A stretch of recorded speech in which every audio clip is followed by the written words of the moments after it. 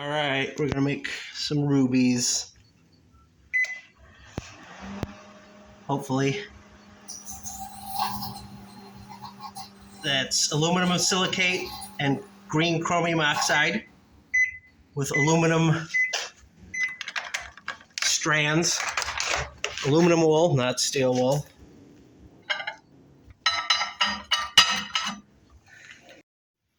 Microwave rubies in normal light.